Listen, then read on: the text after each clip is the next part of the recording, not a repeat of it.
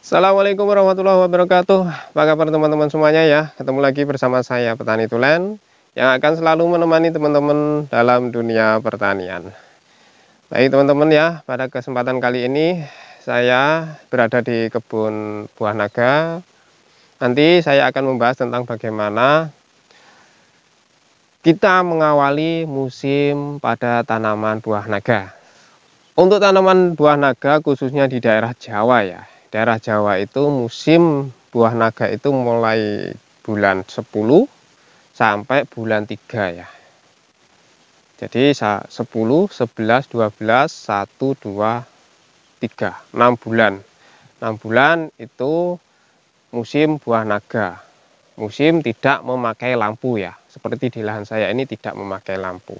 Nah, di saat kita memasuki musim bunga buah naga, musim buahnya buah naga ya, itu tentunya kita harus melakukan langkah-langkah yang tepat agar buah naga kita itu berproduksi seperti yang kita angan-angankan ya. Biasanya itu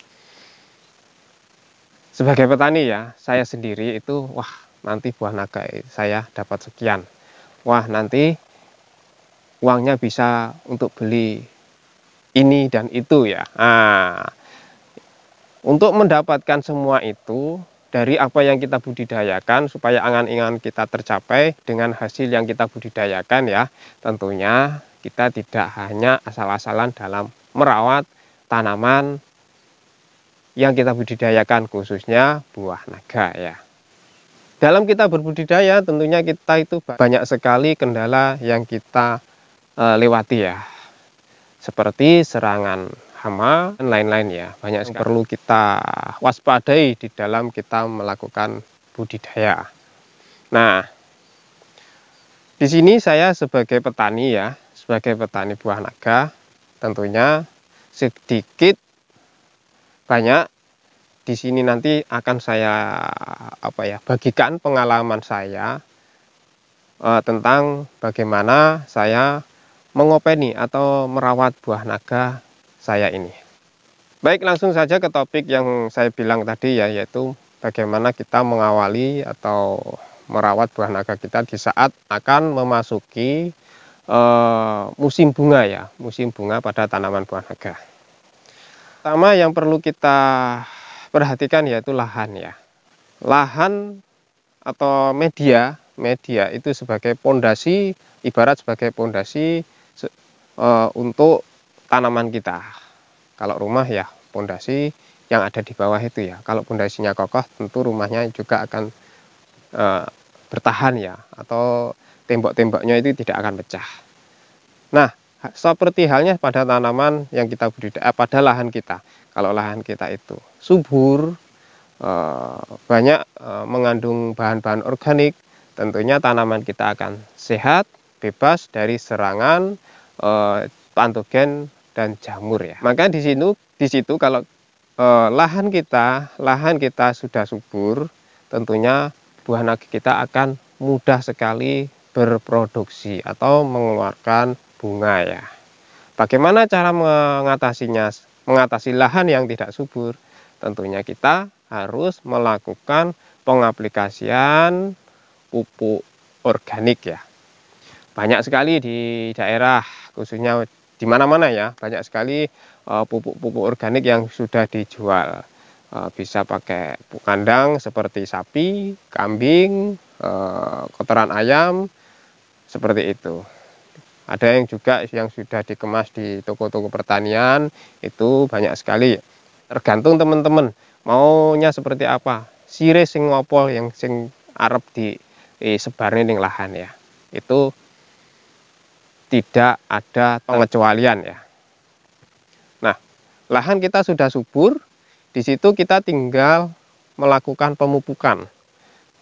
Itu yang kedua, itu lakukanlah pemupukan dengan tepat jenis ya. Seperti apa pupuk yang tepat jenis itu yang perlu kita aplikasikan ke tanaman buah naga kita? Itu dalam masa memasuki pembungaan itu yang perlu kita aplikasikan itu tetap NPK ya teman-teman ya. NPK itu adalah pupuk utama yang perlu kita sebar ke lahan. Akan tetapi ini perlu ada yang kita kita kurangi dalam masa-masa pembungaan. Seperti nitrogen itu perlu kita kurangi. pK-nya kita tingkatkan. Ya, misalkan biasanya kita menggunakan nitrogen 50 kilo dalam 1 hektar, maka kita kurangi menjadi 25 kilo. Ini contoh ya, misal ya ini ya. Untuk pK-nya biasanya dalam 1 hektar itu menggunakan 1 kuintal antara fosfat dan kalium, maka kita tingkatkan menjadi 2 kuintal. Seperti itu. Untuk langkah yang ketiga yaitu penyemprotan ya. Nah, ini penyemprotan itu sangat berpengaruh sekali pada saat kita memunculkan bunga ya. Itu berperan sedikit banyak berperan ya, karena semprotan itu adalah sebagai penunjang atau penyuplai dari daun ya. Jadi kita semprot dengan sesuatu bahan jos ya, dia itu akan lebih cepat dimakan oleh tanaman yang kita tanam ya. Jadi pada saat kita pagi hari menyemprot, stomata itu pada waktu itu sedang membuka, jadi langsung diserap dan langsunglah diproses oleh tanaman. Nah, di sini penyemprotan juga harus kita waspadai, karena salah kita menyemprot maka bunga juga akan tidak muncul, bahkan akan terjadi kerontokan pada tanaman kita. Nah, di situ sudah banyak sekali cara-cara saya dalam melakukan penyemprotan. Teman-teman bisa melakukan pencarian di channel saya, cari sendiri ya. Khususnya di tanaman, di playlist tentang tanaman buah naga. Yang terakhir ini tidak kalah penting lagi, yaitu tentang apa? Pengairan ya teman-teman ya. Pengairan pada lahan kita. Nah, ukuran berapa air dan berapa hari sekali, nah itu yang perlu kita ketahui.